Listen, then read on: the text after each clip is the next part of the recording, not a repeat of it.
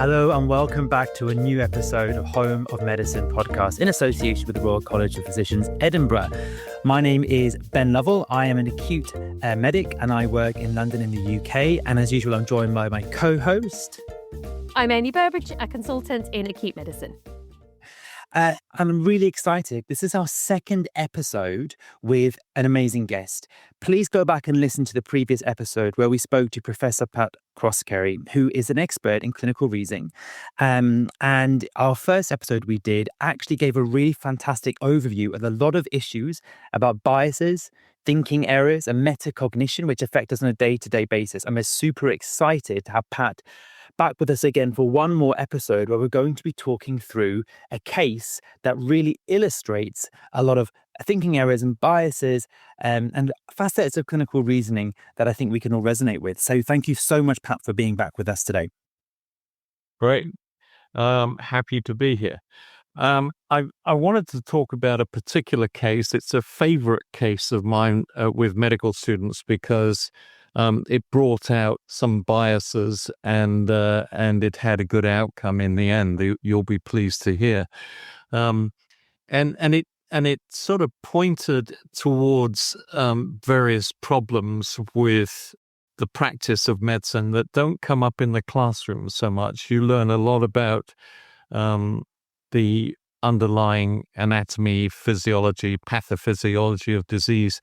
But as we said in the first podcast, we don't often give enough credit to or attention to the way that people are actually thinking when they're dealing with these cases. So the case that I have is actually from one of our books that and it involved I think she was about a 25-year-old woman. She came into the emergency department at about 9:45 in the evening. And I mentioned that because this particular department used to close its doors at 10 and then refer all the patients on to the sort of mother hospital in town. So that constraint, I think, had something to do with it, that we were short of time. So the patient arrived at about 9:30 or so. We were going to close at 10. The nurses were anxious to close the department at 10. So there was that little pressure to move quickly with the case. And the woman's story was that, and she was with her husband who was very concerned. She had delivered a healthy baby about a week earlier, less than a week, 5 or 6 days earlier. And her presenting complaint was that she wasn't feeling well. And when you tried to get her to be a bit more explicit about this, she said her body felt strange, that there was something going on, and she started crying. She became very tearful, and it was difficult to get any kind of quick history from her, but just to let her kind of elaborate a little if we could, and that's what I tried, and sort of, can you describe what sort of feelings exactly are happening? Do you have pain anywhere? Is there any part of your body that hurts? Do you have a ongoing wound that's healing, or anything else that I should know? And she seemed to get increasingly upset and tearful and saying, "What's wrong with me? I just don't know what's wrong with me." And every effort to try to get her to be more explicit wasn't working. And some of the nurses who were hovering around were getting increasingly irritated that this wasn't working out quickly. And I actually had to leave the bedside for a short time just to pick up something. And one of the nurses grabbed me quickly when I went out and said, "You know what this is, don't you?" And I said, "No, I don't yet." And she said, "She's got the baby blues. She's got postpartum depression." Or she didn't say postpartum depression, but she said the baby blues. And I was familiar with the term. And there were several other nurses in the background hovering there, and they said, yes, the baby blues. And all of them were mothers, and they'd all gone through this process, and they were quite familiar with this sort of postpartum mood change that can occur, and so on. My antennae went up a little bit because I could see what was emerging here. There was a bit of a rush to get her out. But the other thing was I remember very clearly, was the unanimity of the nurses, all mothers themselves, about 4 of them, all saying like a chorus, this is postpartum depression or baby blues.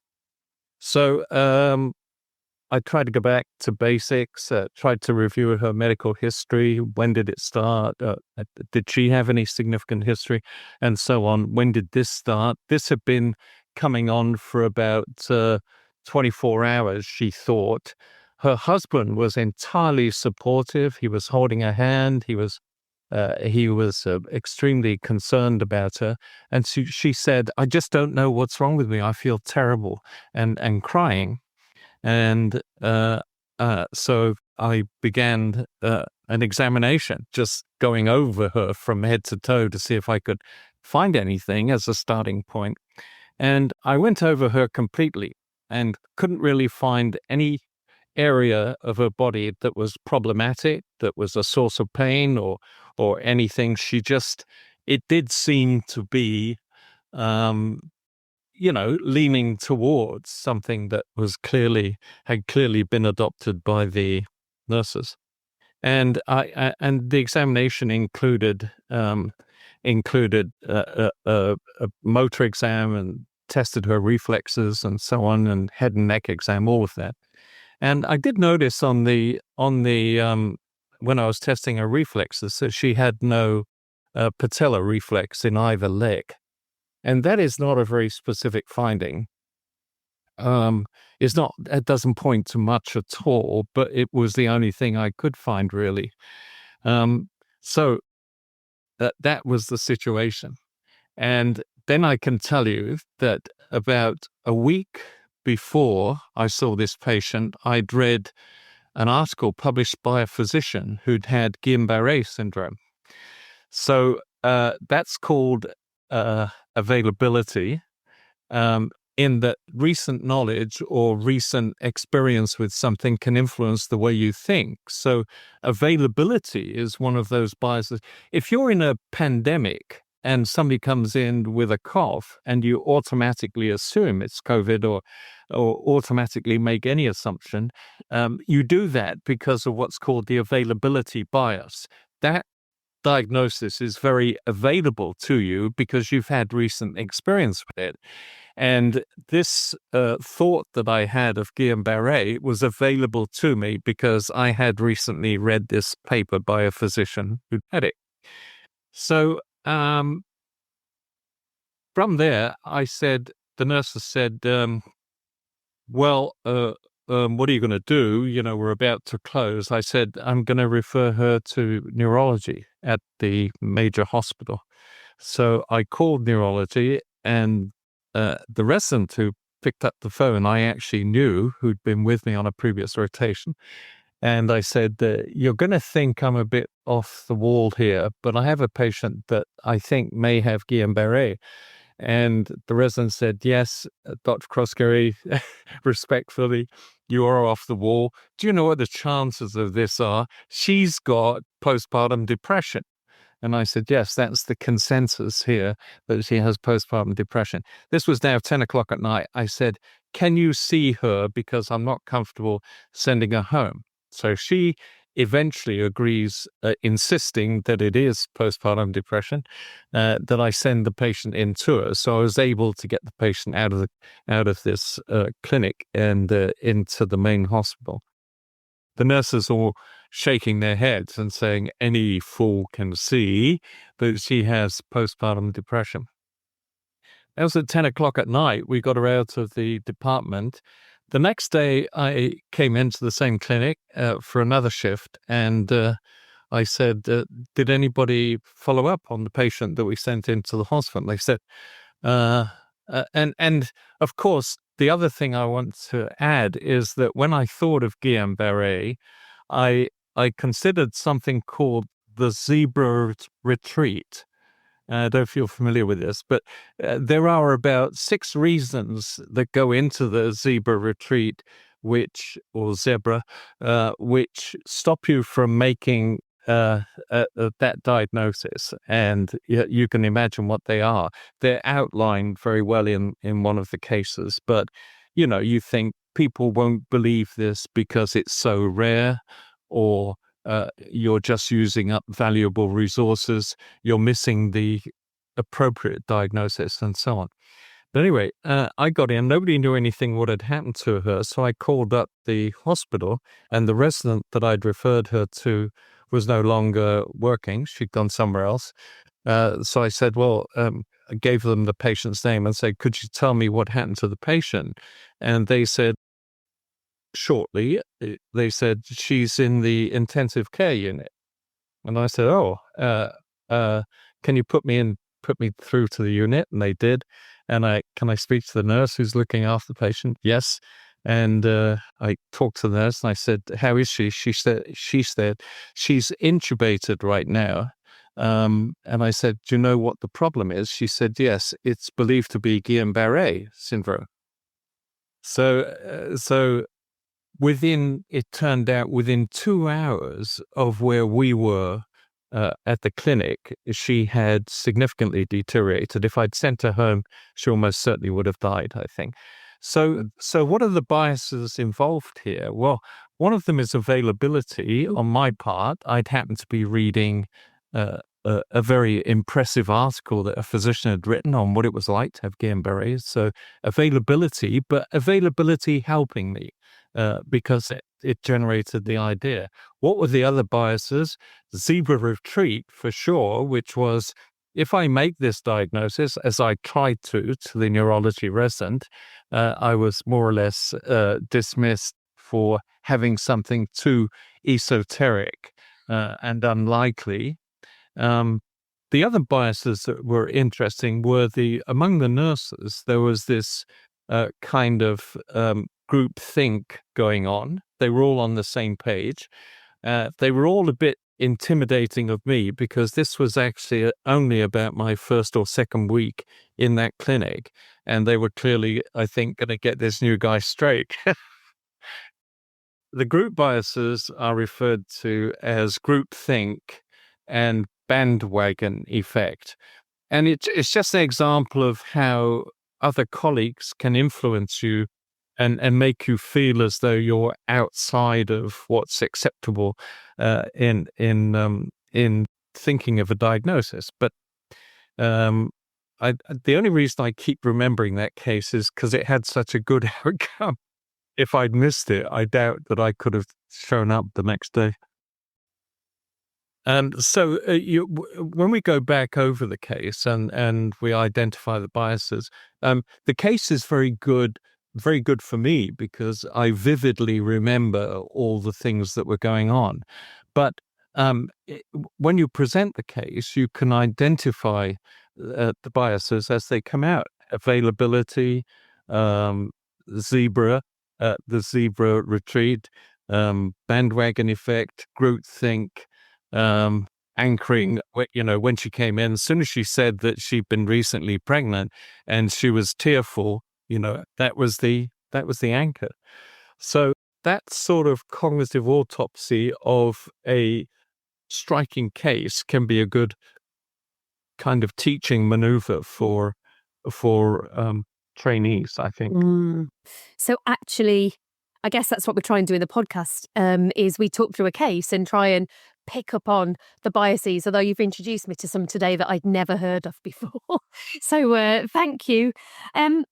You know what we've never done, Amie? We always talk about biases and we tend to frame them very, very negatively. I really like that from Pat because it's quite a novel to think about biases being helpful, like the availability bias. A layperson interpretation of the word bias is a negative one. You're biased against this. People assume you mean like racial or sexual something biases you have. But we're talking about it differently, the cognitive biases in diagnostic conundrums and things. I quite like that case for displaying how biases can get you from A to B in a safe way, because I don't think we've ever done that on the podcast before that I can remember. No, it's absolutely. And the zebra retreat is a fascinating one. It prompts me to think of a case. I was working in intensive care unit, and there was a patient with sepsis.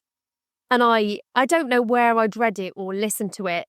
It was something on hemophagocytic lymphangioshistocytosis, which is rare. And I said to the consultant, I was still in training, have you thought about hemophagocytic lymphangioshistocytosis? He was like, no. You must be crazy. Nobody ever has this. And the patient had it. Which was astonishing to me, to be honest. It's the only case I've ever seen. But there must have been something in the story that led me to believe that it could be that, as well as the fact that I'd read about it or learnt about it. And also in ICU, you have time to think. So I guess I was doing my tight T thinking a lot more, whereas when I go to the ED department or the acute medical unit and we've got 30, 40 people to see, it's really difficult to think. Right. Really challenging. So the other thing that really comes up in that case, that I wanted to quickly mention was about the scenario, the environment you're working in. Yeah. Because you've talked before about in cognitive autopsy terms saying, well, what's really going on when we're making these decisions? And one thing you've talked about is when you work in error-producing conditions, which seem to favor you to make a thinking error. And I think I work 24/7 in an error-producing condition. It seems sometimes it's almost as if my clinical workspace has been designed to distract, disorientate, and otherwise steal my cognitive bandwidth. Noise, distractions, you name it. I think when you said, this was a case of someone who came in 15 minutes before close time, that would stress me out as a clinician, especially had the weight of my colleagues going, we're closing in 15 minutes, let's speed it up here. I would really, and it would certainly make me more likely to take what I would feel the path of least resistance, which is, let's just send them home. I'll safety net it. If you feel worse, come back. All right, then let's go for it. And as you say, if she went into crashing ventilatory failure 2 hours later, they would have had a horrendous outcome. And it takes quite a lot of effort to go against the tide of what everyone wants you to do. And I think working in a very fast-paced environment is a very error-producing environment, particularly corridor care, where I can't hear myself think, let alone hear what the patient's saying to me. How do we keep our heads? I don't know. I'm still searching for the answer. How do we keep our heads? I think when you're in an error-producing particular condition, then it's useful to remind yourself of it. And that you are more vulnerable to error, you're more vulnerable to use of heuristics and biases, and it's more likely that you will make a mistake. So any kind of brakes you can put on the process are probably worthwhile. In the acute phase, in the chronic phase, we really have to raise this with the people who control resources and just say, look, if you keep doing this, mistakes are going to get made. These lead to serious morbidity and mortality. And we might sound like broken records, but if you keep waving the flag in front of them, maybe eventually they'll see it. I don't know. We're not responsible for resources as individuals. We're responsible for the intelligent use of them, but we're also responsible for bringing them to other people's attention when they're insufficient. Yeah, I've certainly had moments in my career, and it's happening more commonly recently, where I'm thinking, I can't work under these conditions. I'm a bit precious. I can't work under these conditions. I can work under these conditions, is the honest truth, but I might not work very well. And I suppose what we're saying is we just have to keep saying that out loud. I can work under any conditions you give me, really, but my outputs are going to get much more varied, depending on how, in proportionate with how much stress and how little resources you're giving me to do this. It's exactly right, and if you have to show them an inverted U function as this is me, you keep asking, you keep making demands on me, I'll keep producing up to a point, but then I will reach a plateau and I'll start to come down. And that's exactly what happens. I think the three of us here on this podcast, we've all chosen careers which do favor those sorts of conditions. So we must get something out of it. It's very different other person to person. You put someone who's maybe works in a clinic quite a lot, you put them in a corridor in A&E, they'd say, this is insanity, I'm leaving. And something in us feeds on it a little bit. And we quite like that there's the right amount of pressure where we're nice and busy. But when you get pushed out into I'm saturated busy and I'm starting to fail, I guess everyone has a boundary. That's right. Amie, before we conclude, can you share, you're quite a chill person, can you please share what you do when you have more demands than you have ability and time to just reorientate yourself and make sure you're safe? So I guess I'm more chilled now. The last post-COVID, I think COVID, I was at my peak as a doctor. I felt like I was in my zone. I was seeing patients in ED. There was the teamwork. It was almost like camaraderie. I was in that flow state. I loved my job. And then post-pandemic, about a year after, I had a bit of a come down. And then I hit a bit of a slump, to be honest. And work got busier and busier and busier and noisier. And the background noise of not just actual noise, but the noise of what could be going on, AI, which we haven't touched on actually, news, media, patients coming into hospital saying, this is what I've got wrong with me. I've searched on AI and this is what's wrong with me. And it just got so much. And I felt incredibly under pressure when the interruptions, people would say, there's 10 Amie in A&E. Come on, Amie, there's 10 in A&E. And I'd be like, I don't even know where I am anymore. I haven't been to the toilet for like 12 hours. I think I'm in retention. I need a coffee. And I really coped very badly. And I think about 12 months ago, I hit a bit of a wall where I felt I was a really bad doctor. I wasn't able to make decisions. And I think it was maybe decision fatigue, and not necessarily decision fatigue having done a long shift, but decision fatigue having done 20 years in ED. Wow. Yeah, and I ended up taking 6 months off work this year, which is the best thing I've ever done. And I've completely reset.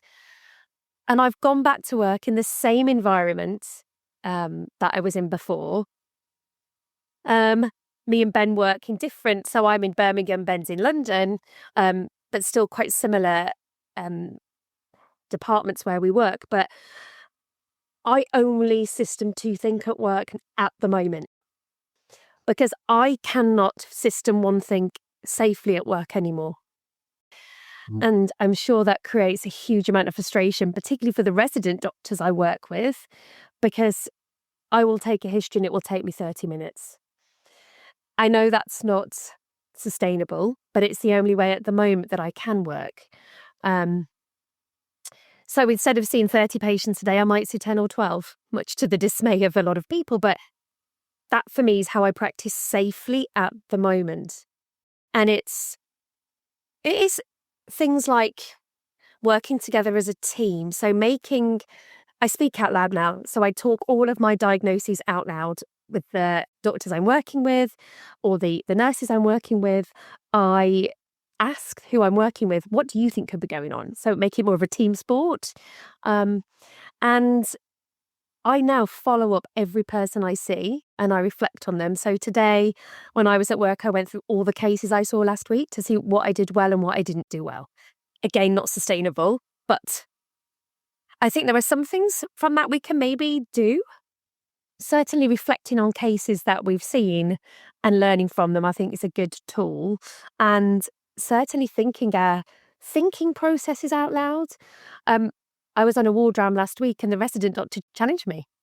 And I was like, oh, he said, why are you giving antibiotics? And I was like, well, I'm giving antibiotics because the CRP is elevated and there's something on the chest x-ray. And he went, yeah, but you've scanned the lungs and there's nothing in the lungs. And I'm like, I know, but they've had a bit of a temperature. And at the end of the day, it came down to the fact that that's what the patient wanted.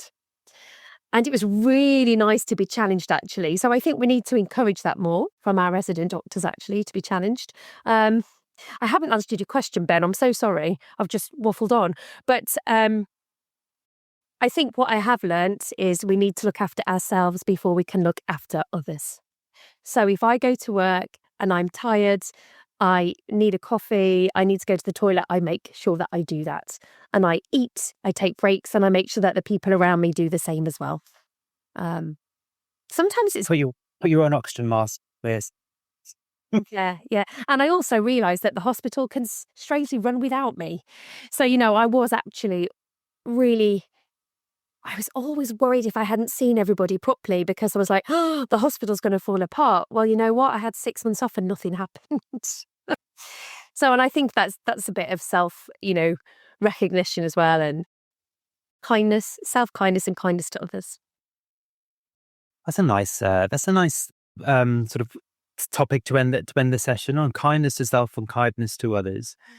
Pat, I cannot tell you how grateful we are that you've come on twice now to really enhance this podcast and give us some real authority on the subject. So we talk about quite a lot of the time, but I think you've shown us things that we haven't quite understood in you.